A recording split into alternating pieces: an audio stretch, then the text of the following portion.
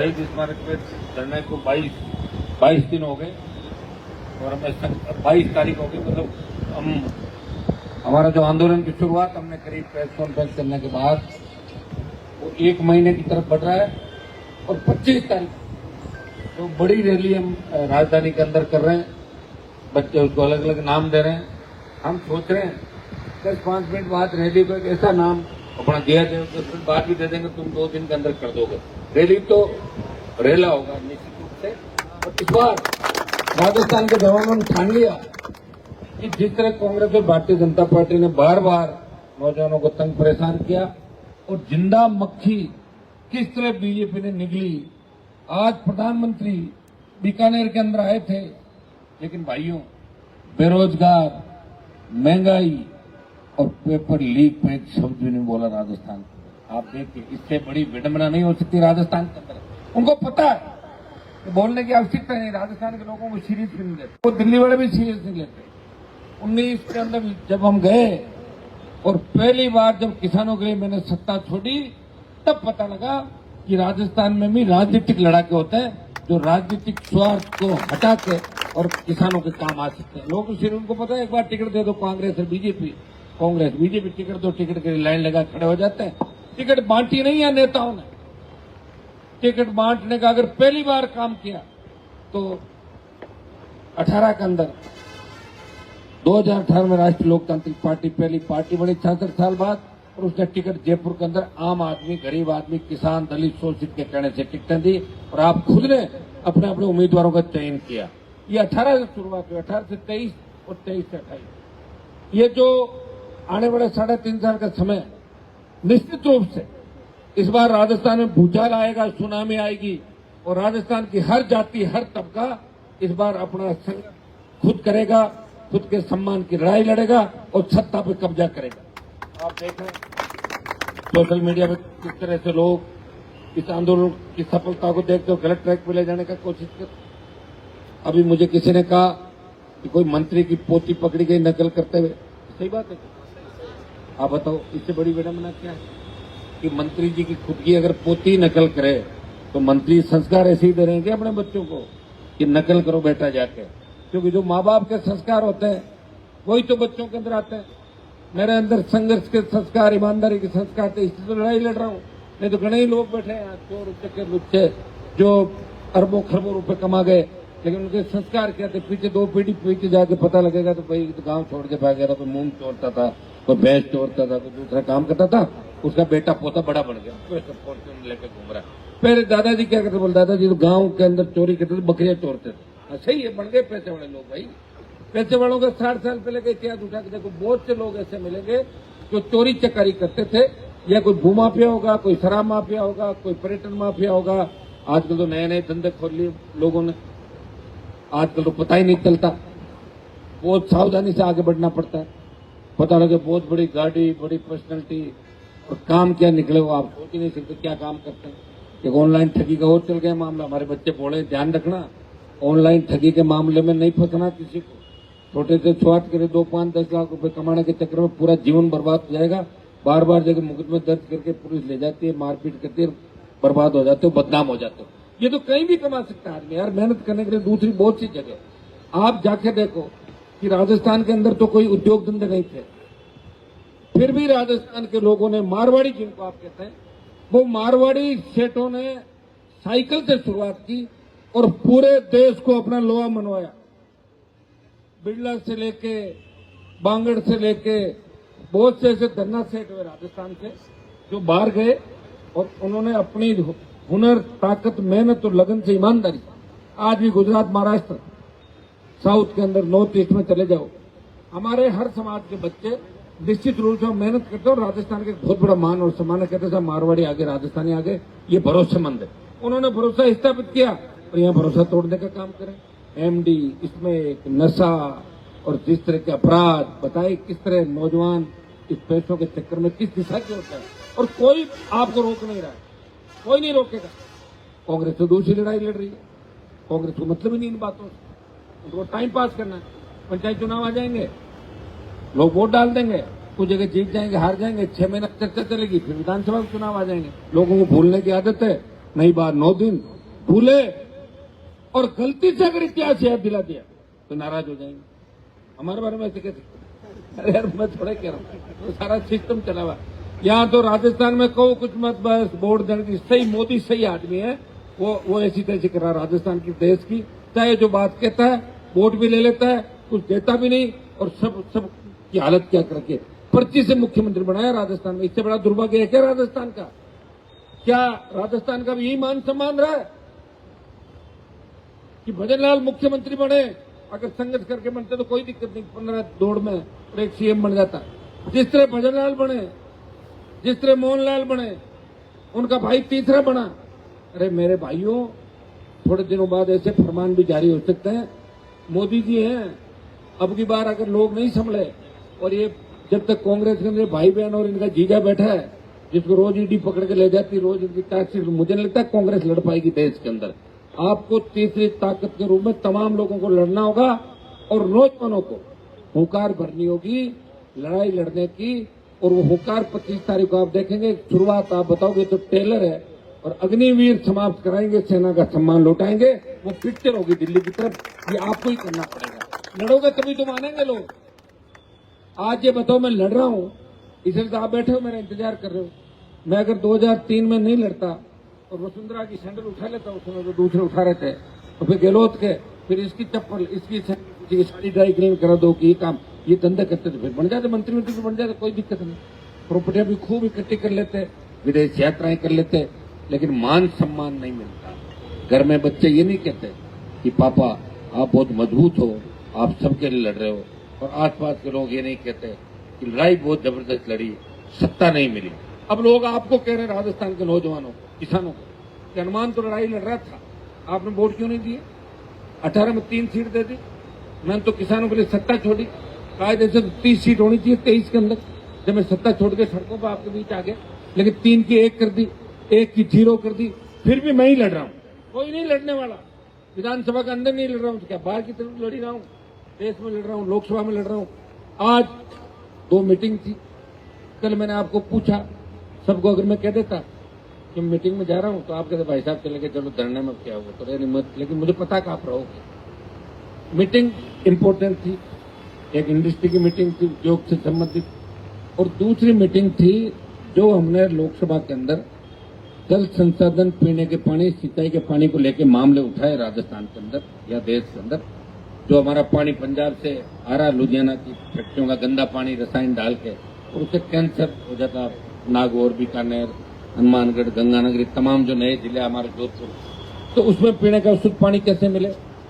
हरियाणा का जो हमारा यमुना का, रावी व्यास का, पंजाब का जो पानी का समझौता, किस तरह जेजेएम के अंदर जो भ्रष्टाचार हो रहा है। दूसरा, सिंचाई का पानी एआरसीपी की तरफ जो WRCP कैसे बने, तो इसको लेके सांसदों की मीटिंग जल संसाधन मंत्री ने रखी थी। मैं उसमें भी जाके आ गया, दोनों मीटिंग भी अटेंड कर ली, और आपकी भी उपस्थिति भी होगा। अगर आप जल्दी आप लोग आते नहीं, मुझे पता है धरने में आते हो 12-1 बजे बाद, अगर 11 बजे आते तो मैं 11 बजे धरना अटेंड करके जाके वापस आ गया। तो 12:50 की फ्लाइट थी, गया कार्यक्रम करके आ गया। लेकिन मेरी इच्छा थी कि मैं धरने के अंदर शामिल हूँ आपके साथ। कहीं अखबार वाले ये नहीं कहते, मीडिया वाले, हमारे इलेक्ट्रॉनिक मीडिया वाले, प्रिंट मीडिया वाले नहीं कहते हनुमान जी तो एक दिन धरना छोड़ के चले गए। मुझे वो भी जरूरी था कि हमें इस आंदोलन के साथ हमारे भाइयों के पानी का हिस्सा, किसानों के पानी का हिस्सा भी लेना था। सरकार में हमारा संघर्ष जरूरी था राजस्थान के लिए, और यहाँ भी जरूरी है, और इंडस्ट्री में भी जरूरी है कि हमें नए उद्योग कैसे मिले, हमारे लोगों को रोजगार कैसे। तो मैं प्रयास तो कर रहा हूँ हर मोर्चे पर, इसमें तो कोई दो राय नहीं।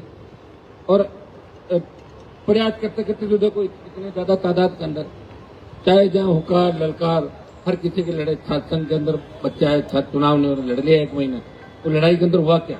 नुकसान हो गया, समय चला गया, छात्र आए नहीं। लेकिन अब की बात ध्यान रखना आप लोग, अब की बार बीड़ा अपन खुद ने उठाया सब लोगों ने। इसलिए राजस्थान के अंदर जो भी नौजवान मेरी बात सुन रहा है, जो भी किसान का बेटा किसान बात सुन रहा है, एक दिन अपने अपने साधनों से गर्मी के अंदर चाहे तकलीफ पड़े तो कोई दिक्कत नहीं, मैं कोशिश करूंगा कि यहाँ आने के बाद आपको तकलीफ नहीं हो, मैं व्यवस्था यहाँ की ठीक कराऊंगा सारी। लेकिन आप सबको 25 तारीख इस राजस्थान के जवान के सम्मान के नाम, जवान का भविष्य सुरक्षित रहे, आपके बच्चों का भविष्य सुरक्षित रहे। फिर कोई मंत्री किसी तरह की गुंडागर्दी नहीं करे, कोई आरपीएससी का पेपर लीक नहीं हो, कोई माध्यमिक शिक्षा बोर्ड का पेपर लीक नहीं हो, किसी तरह फर्जी थानेदार, फर्जी आपके जो दूसरे अधिकारी एसडीएम बन रहे हैं, फर्जी दूसरे उसके अंदर आ रहे हैं। इस तरह अगर चाहते हो कि राजस्थान सुरक्षित हो, किसी अबला की चीख पुकार राजस्थान में नहीं हो, किसी नौजवान को बेरोजगार से तंग आकर आत्महत्या नहीं करनी पड़े, हमारे सपनों का राजस्थान हो, डिग्री से पहले रोजगार की गारंटी और राजस्थान का सम्मान देश के अंदर हो। इसके लिए भाइयों 25 तारीख को टेलर आपको दिखाना सरकार को कि आप कुछ भी कर लो। भजनलाल जी, चाहे कांग्रेस आपसे मिल ली होगी, कांग्रेस सो गई होगी, लेकिन राष्ट्रीय लोकतांत्रिक पार्टी राजस्थान के मान और सम्मान की लड़ाई देश और प्रदेश के अंदर लड़ती रहेगी आखिरी तक। ये ताकत आप लोगों को दिखानी। अभी थोड़ी देर बाद हम इसके नाम की घोषणा कर देंगे। कुछ सुझाव ले रहे हैं बच्चों छोटे मोटे, लेकिन सोड़ से हमारा नाम और मानसरोवर का स्टेडियम है। आपने 29 अक्टूबर 2018 को जब पार्टी की स्थापना करी, उसी समय उस स्टेडियम को पूरा भर दिया था, जब किसान और जवान दोनों थे। और इस बार किसानों को हमने कहा कि आप आराम करो, आपके बेटे इस लड़ाई को लड़ेंगे। तो किसान के बेटे इस लड़ाई को लड़ेंगे निश्चित रूप से।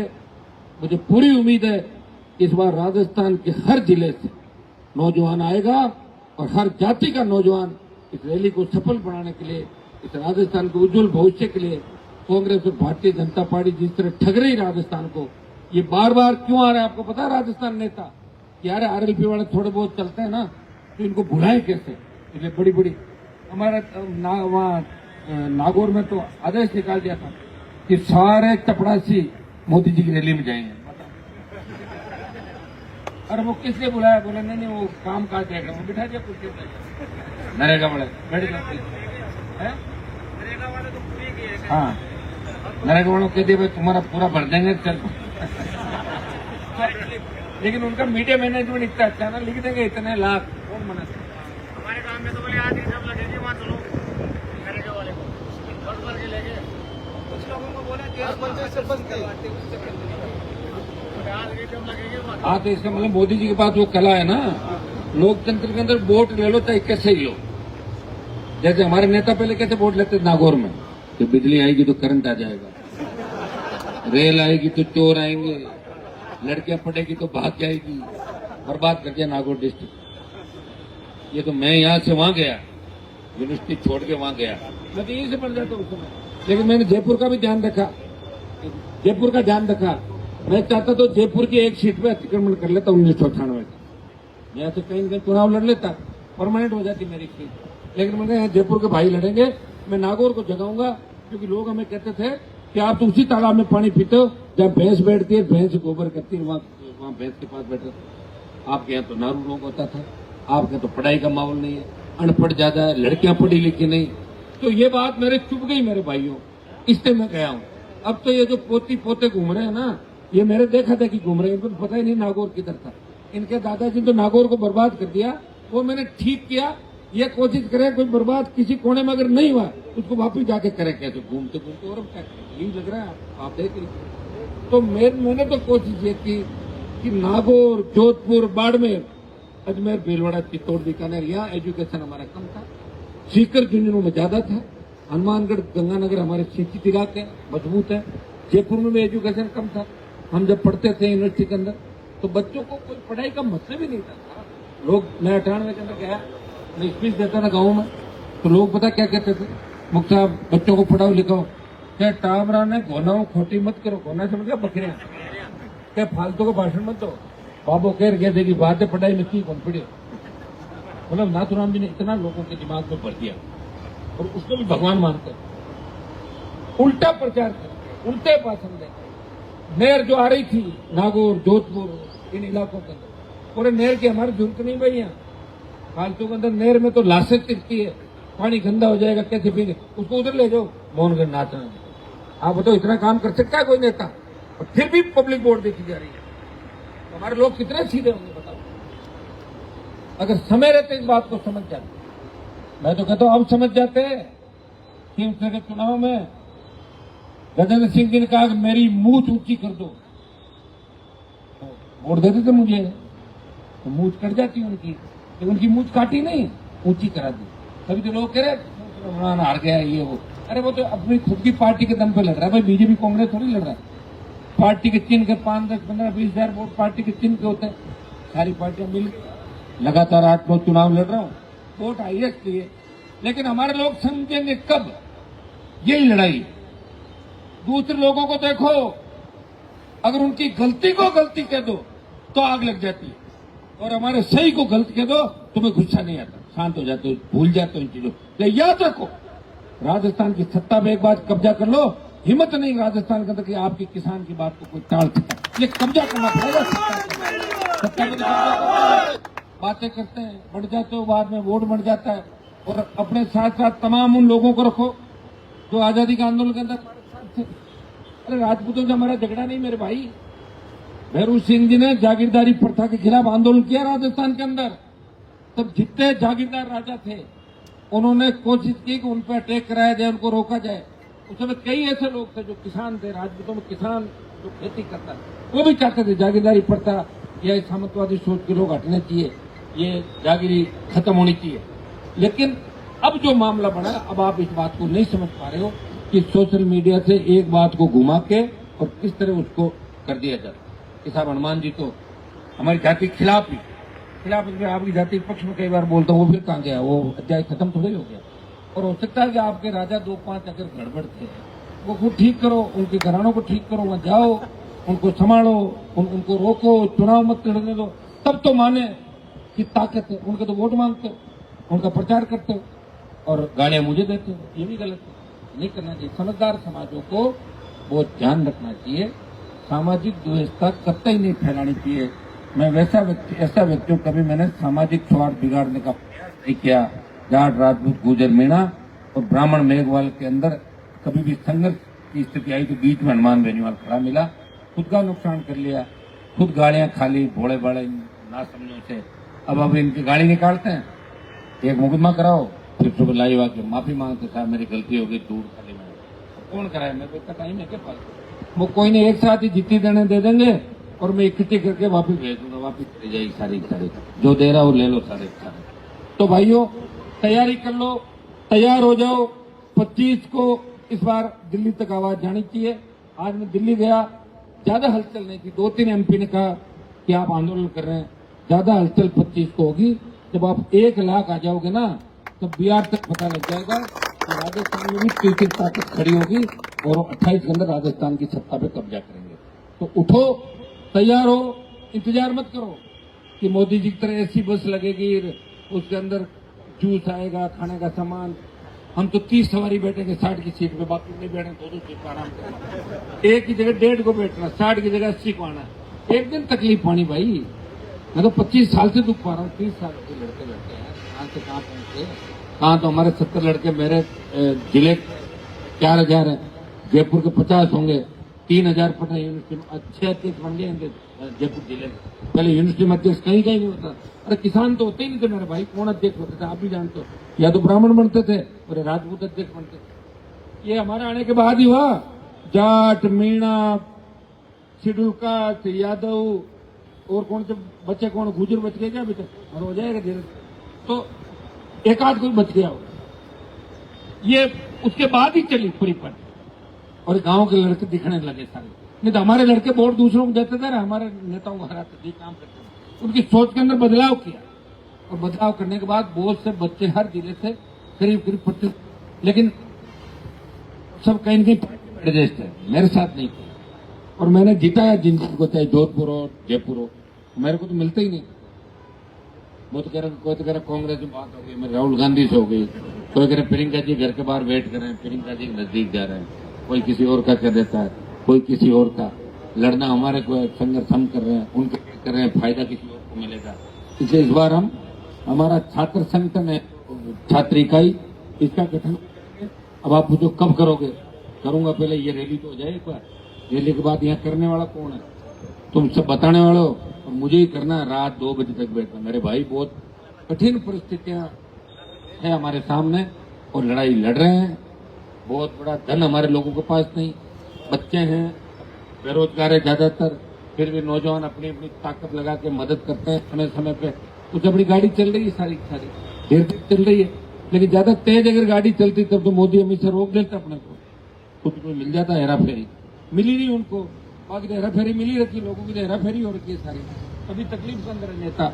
बीजेपी क्यों नहीं बोल रहे हैं, कांग्रेस क्यों नहीं बोल रहे हैं? एक दिन बोलते हैं, दूसरे दिन एडजस्टमेंट कर लेते हैं, सामने जाके छेड़ेंगे, सौदेबाजी कर लेंगे, किसी मामले को उठाएंगे।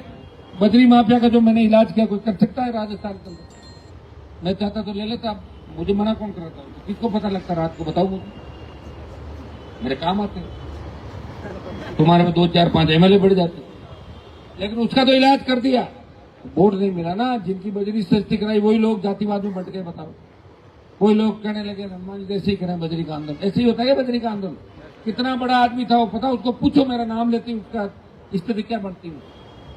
यार मैंने ऐसा लड़का मेरी जिंदगी के अंदर नहीं देखा।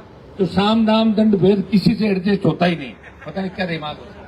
तो ये मोदी और अमित शाह कैसा व्यक्ति है? सब कुछ खो दिया, पार्टी खो दी, कुछ भी नहीं है, गाड़ी नहीं, घोड़ा नहीं, मकान नहीं, जो है वो भी किराए के है। कभी नोटिस आते खाली करो, फिर कहता कर दूंगा, रुकूंगा नहीं, सरकार का एक पैसा चाहे कुछ भी होगा मैं नहीं रखूंगा, और लोगों की मदद करूंगा। मैंने कहा करो आप अवैध माइनिंग, मैंने मना थोड़ी किया। कौन सी अवैध? खुद के खेत में पत्थर निकलना अवैध माइनिंग थोड़ी होती है, वो तो वैध है। रोटी कपड़ा मकान, अपना पेट पालने के लिए तो करना ही पड़ेगा। और अगर बिजली ले ली तो क्या हो गया यार, कनेक्शन लेट हो तो चला ली, बिजली चालू कर ली तो कोई पाप नहीं भाई। बच्चों को पढ़ा लिखा रहे, तैयार किया लोगों को। हनुमान जी तो ये कर रहे हो, मैं नहीं कर रहा हूँ, मैं खुद नहीं कर रहा हूँ। मैं कहता हूँ मेरे भाइयों आप आगे बढ़ो, ये देश हमारा है। जब लुटेरे लाखों करोड़ के घोटाले करके भाग गए, वापिस आए नहीं, उनको तो पकड़ नहीं रहे हो। किसी ने बल्ब जगा लिया, किसी ने मोटर चला ली, अपने बच्चों का पेट पाल लिया, बच्चों को पढ़ा लिखा लिया, किसान है, क्या हो गया? कौन सी चोरी है बिजली की? मैं तो कह रहा हूँ थाने समाप्त करो। और मैं आपको कहता हूँ इस बार मैं आपके बिजली के थाने तो सरकार बने कि नहीं बने मुझे नहीं पता, लेकिन उससे पहले ही सरकार को इतना डरा दूंगा कि बिजली के थाने राजस्थान में खत्म कराऊंगा, ताकि किसी किसान को इस तरह तकलीफ नहीं पड़े। तो पैसा भी दे रहे हैं और केस भी हो रहा है, एक जुर्म की 1 सजा, 2 सजा, ये कहीं नहीं कानून के अंदर। लेकिन बोलने वाले नहीं आपके लोग जो आते हैं, एक ही चीज में लग जाते हैं, प्रॉपर्टी कैसे कमाएं, गुड़गांव में फ्लैट लेना है, ज्योति का वहां फ्लैट है, तुम्हें क्या करना? ज्योति का होगा फ्लैट, सारे गुड़गांव जाओगे क्या? क्योंकि हेमा मालिनी का उधर फ्लैट है, उधर ऐश्वर्या का उधर, सब जगह अपने फ्लैट होंगे। अपने सोचो, अपने तो ऐसा करो, जयपुर आगे बहुत है, गाँव से जयपुर, और जयपुर छुट्टी में गाँव जाया करो आराम से। पुराने जो अपने दादा परदादा किस तरह गाँव की संस्कृति हमारी, उस होड़ मत करो किसी को, और होड़ करो तो फिर वो सारी चीजें कराने के लिए तैयार हो कि बाद में वो भी तकलीफ। ज्योति का फ्लैट तो यार प्रॉपर्टी भी इंडिया बुल्स की, लेकिन ईडी कई बार घर पे आई है, और घर में स्थितियां क्या वो तुम्हें पता थोड़ी है, वो भी पता करो कि किन परिस्थितियों के अंदर वो लोग अंदर घुट रहे होंगे। घुट रहे वो तो उनके पास बैठ के जब कोई बात करता है तब घुटन बाहर आती है, फिर आंसू आते हैं 15-20 मिनट बाद। क्या हो बेटा बात करा दो, बहुत गड़बड़ है, अड़ा बोल है पूरा, ये तो चलता है तो फास्ट पेट में कहेंगे। तो भाई अब ऐसा अपने को नहीं करना, अपने को तो ध्यान ये रखना कि हमें सत्ता पे कब्जा करना। हमें एक बढ़िया लड़ाका मिला है, मजबूत है, और कई लोगों को तो तकलीफ मेरे से इसलिए है, वो कह रहे हमारी जाति में नेता नहीं है, तो तैयार करो, मना कौन कर रहा? नेता होते हैं 1 साल बाद दलाल बन जाते हैं, तो उसमें लंबा समय लगता है मेरे भाई, ऐसी थोड़ी है। इस राजस्थान के तमाम बड़े बड़े नेता तो बड़ी बड़ी डींग आंकते थे, मैं उनके साथ था सड़कों पर। पायलट साहब को मुख्यमंत्री बनाने का भी प्रयास किया 2 बार मैंने, हर तरीके से 2 बार, एक बार पहले और दूसरी बार सरकार गिर रही थी। ये भी कहा कि मैं बाराती बन जाऊंगा, दूल्हा हमारा बना दो, किसी कर लेते अलायंस। कई बार डॉक्टर साहब के साथ लड़ा सड़कों पर, मुझे छोड़ के हर कोई गया, मैं किसी को छोड़ के नहीं गया, मैं वही हूं उसी जगह। पार्टी भी बनाई, संदेश दिया, और एक लड़ाके का संदेश देश में चला कि आदमी लड़ाका है। और लोकसभा में किसान, जवान, हर वर्ग, आपकी वक्फ बोर्ड का मामला था, लोग क्या क्या लिख रहे थे बताओ, ये तो इस तरह हो गए धर्म के विरोधी। मैंने यही कहा कि वक्फ के नाम से मुसलमानों को टारगेट नहीं किया जाना चाहिए देश के अंदर, और ये सही बात है। जहां भी थर्ड फ्रंट तीसरी पार्टियां बनी, वहां मुसलमानों के बिना तीसरी पार्टी कहीं नहीं बनी। यूपी बिहार उदाहरण उठा के देख लो आप, और यहाँ इसलिए नहीं बनी, यहाँ ये जेबी वोट है, कांग्रेस वोट ले लेती है, विकास करवाते नहीं। हालात आप देख लो, मुस्लिम मोहल्लों के धरने प्रदर्शन और ज्ञापन के नाम पे, क्योंकि इनकी संख्या ज्यादा है, ये हल्ला कर लेते हैं। लेकिन आपने देखा होगा कि वक्फ कानून का जब ये आया उस दिन राजस्थान का एक भी कांग्रेस का सांसद बोला क्या? उन्होंने कहा हमारे नाम तो लिस्ट से निकाल देना। फिर हनुमान बोले तो अपना आप इसका इलाज हो जाएगा। इसे मेरा क्या इलाज हो गया? मैं तो रोज ही बोलता हूँ, अन्याय के खिलाफ रोज ही बोलता हूँ। मैं वोट के लिए बोलता हूँ कि भाई मुझे वोट ही मिले हर चीज में। मुझे वोट के अलावा गाड़ियां भी नहीं मिलती, बहुत बार छोड़ता हूँ ना, सारी गाड़ियां छोड़ता भी हूँ। कई तरह की प्रॉब्लम भी होती है। मेरा भजन लाल से क्या झगड़ा? मैंने कह दिया भजन लाल जी 5 बार रोटी खाते हैं, इस बात से नाराज हो गए। हनुमान ने कह दिया 5 बार रोटी खाते, इसको क्या जरूरत थी? तो थोड़ा मेरी दिक्कत है, तो नहीं क्या पता मैं क्या देता हूँ, मुझे इस बात में सुधार करना पड़ेगा। अपने क्यों करना? मुझे क्या करना? सारी सच्ची बातें कह के, और एक दिन अगर 2-3 घंटे में बैठ के सारी सच्चाई कह दूं 50 साल के लोगों की, फिर क्या होगा? कागज जिला ये, पार्टी के नेता ये और फिर ये समाज इन्होंने लड़ी इतनी लड़ाया, ये समाज इनका हुआ शोषण, ये राजा, ये है प्रजा। 3 घंटे बैठ कर पूरा करके ये हुआ।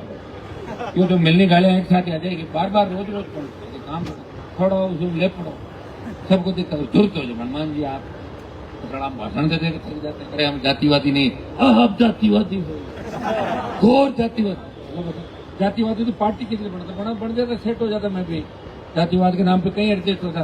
सीएम नहीं बना कभी तुम्हारा, मंत्री तो मुझे 3 में बना रही थी वसुंधरा के अपने पति से झगड़ा हुआ। मेरे झगड़ा थोड़ा था वसुंधरा, मेरा क्या झगड़ा था?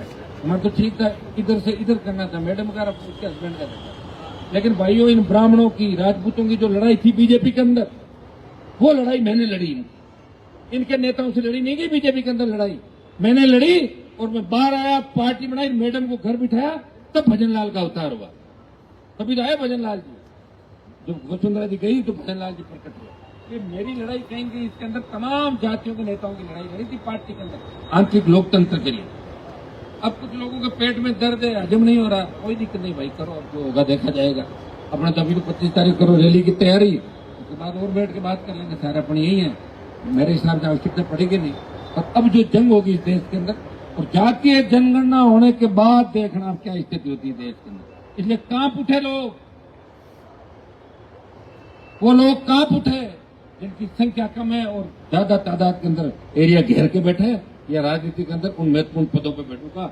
अगर जाति जनगणना हो गई, अब उनको तकलीफ हो गई, समझ तो नहीं पाए, पहले तो कह करवा दो। यार संख्या ही कम है हमारी तो जातियों की, सारा खुल जाएगी पोल, फिर तो माने गए नहीं। अभी तो फिर भी इधर उधर करके एडजस्टमेंट करके चला रहे, तो वो भी नहीं होगा। ये जातीय जनगणना भी जल्दी करा के सारा लिख देंगे, ये इतने इतने।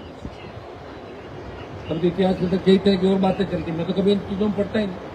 कोई समाज किसी राजा को अपना बताता है, दूसरा समाज उसको अपना बता देता है, तीसरा अपना बताता है। इसके अंदर भी क्या तालमेल है मुझे तो पता ही नहीं, पढ़ा नहीं। इसकी भी हिस्ट्री पढ़ेंगे, बाद में पढ़ के इसमें भी जारी करेंगे जो भी बयान। समय समय पे सारी बातें धीरे धीरे आपके सामने आती रहेगी। अभी अपन घर चल रहे हैं, हमें रैली का नाम भी देना, सोशल मीडिया पर भी तुरंत इसका डालेंगे और आप कर देंगे। कल परसों 2 दिन लगना है, और जितने हमारे संयोजक बने उन्होंने अपने अपने संयोजक बना के कार्यक्रम चालू कर दिए। सब जिलों से अच्छे समाचार आ रहे हैं, लोग तैयार हैं। बस कमी तो एक ही चीज की, एयर कंडीशन बसें नहीं हमारे पास, नहीं तो इतने लोग आते हैं। इसका अंदाज एक चीज मैंने इस बार कही कि मैं कहीं नहीं जाऊंगा, हर रैलियों में मैं जाता हूं और आपको मोटिवेट करता हूं, फिर लाता हूं। इस बार राजस्थान का जवान खुद जाएगा मेरे लिए, और मैं यहाँ बैठा हूं, वो खुद व्यवस्थाएं करके हमारी आरपीएफ की टीम और दूसरे जवान, दूसरे संगठन, जितने भी बेरोजगारों के संगठन है, वो जाके नौजवानों को लाएंगे और देश में संदेश देंगे कि हमारे नेता का आह्वान ही बहुत है। मोदी के तो 20 मंत्री, मुख्यमंत्री, ब्यूरोक्रेट सारे चपरासी से लेके बाबू से लेके सारे रैली में थे, फिर भी उससे बड़ी रैली जयपुर के अंदर हनुमान जी के एक आह्वान से। ये आपने अगर ये आपने कर दिया भाई, तो कांग्रेस तो कहीं झगड़ा अपना हो जाएगा, मुख्य धारा में आ जाओगे, उसके बाद सारा ठीक हो जाएगा। फिर आपको मंच पे अलग अलग जातियों के नेता भी नजर आ जाएंगे सारे। मैं तो हर जाति के नेता को टिकट देता हूँ, है लोगों की कोई को मानसिकता ऐसी रहती है, उसका इलाज नहीं। आजकल तो जातियों का ठेका दूसरे लोगों ने ले लिया। मैं नेताओं को पूछना चाहता हूँ, अरे नेता तुम हो कि ये जो दूसरे लोग हैं जो बयान जारी करते हैं? अगर तुम नेता हो, ये क्या बयान जारी कर रहे हैं? हमारी कौम में तो कोई इस तरह के संगठन बयान जारी नहीं करते। हमारे बच्चे अपना आप समझदार है, समझते हैं हर बात को। और कहते थे रुक जाओ तो रुक भी जाते हैं, कहते चलो तो चले भी जाते हैं। तो थोड़ा कंट्रोल हर कम्युनिटी के नेताओं का अपनी अपनी कौम पे कंट्रोल होना बहुत आवश्यक है, तब जातीय जेल राजस्थान में रुकेगा। मेरे को तो 15 में हमला किया था, कुछ बात को भी पी गया, मुकदमे के अंदर पकड़ लिया था कौन कौन छोरे थे। वसुंधरा जी की जिद थी कि एफआईआर दूंगी, कटारिया जी गृह मंत्री थे, 15, 20, 50 का जो टोला था, किसके कहने से हमला किया, क्या प्लान था? सलमान को जान से मार दो, अकेली गाड़ी, 10,000 लोग थे, लेकिन भगवान की कृपा थी, तेजाजी महाराज की कृपा थी, बाल भी बांका नहीं हुआ, टच भी नहीं हुआ, गाड़ी की जरूर थी। तो भाई ईश्वर की और कई काम ठीक होंगे।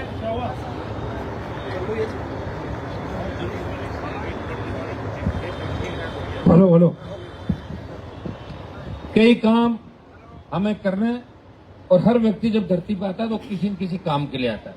इसलिए मेरे जिम्मे ये काम आया कि अपने भोले भाले भाइयों को जगाओ, शोषित पीड़ित दलित तमाम सर्व समाज को साथ लेके नए राजस्थान का निर्माण करो, हमारे सपनों का वो राजस्थान जहां लोग बाहर से आते थे बच्चों को पढ़ाने के लिए। मेयो, अजमेर, राजस्थान यूनिवर्सिटी, एमजीडी, हमारे सेंट जेवियर, सोफिया, वनस्थली, 50 ऐसे इंस्टीट्यूट होंगे जहां बाहर बच्चे एडमिशन कराना आते थे। राजस्थान में हमारे बच्चे से अब कोई नहीं आता। अब कहते हैं वहां तो गैंगस्टर है, खड़े इतने क्रिमिनल है, इतना नशा है, कोई अता पता नहीं, वहां तो वहां वाली सुरक्षित नहीं है, कोई तो थाने से ही छुड़ा ले जाता है, कोई कहीं कर लेता है, चलती बसों में, जेलों में, अस्पतालों में क्या क्या हालात, और महिला अत्याचार में 1 नंबर पर आगे देश के अंदर। तो कौन लाया? गहलोत वसुंधरा गठबंधन, और अब आगे भजन लाल। तो भाइयों, इन सब बातों से मुकाबला अगर आपको करना है, आप अगर चाहते हो कि आपके बच्चों का भविष्य सुरक्षित रहे, आपको रोजगार मिले और सर्व समाज राजस्थान में मजबूती के साथ रहे, और ऐसी व्यवस्था रहे कि मजा ले राजस्थान के अंदर कोई कह दे कि मैं ये कर दूंगा वो कर दूंगा, ये ताकत किसी के अंदर नहीं होनी चाहिए, ये ताकत सिर्फ सरकार के अंदर होनी चाहिए। यहाँ से घर की ओर चलेंगे सारे, यहाँ से 5 मिनट घर की ओर चलेंगे और उसके बाद आपके साथ प्रस्थान करेंगे। वही आओ, वही एसआई भर्ती रद्द करो, आरपीएससी भंग करो, भजन सरकार होश में आओ।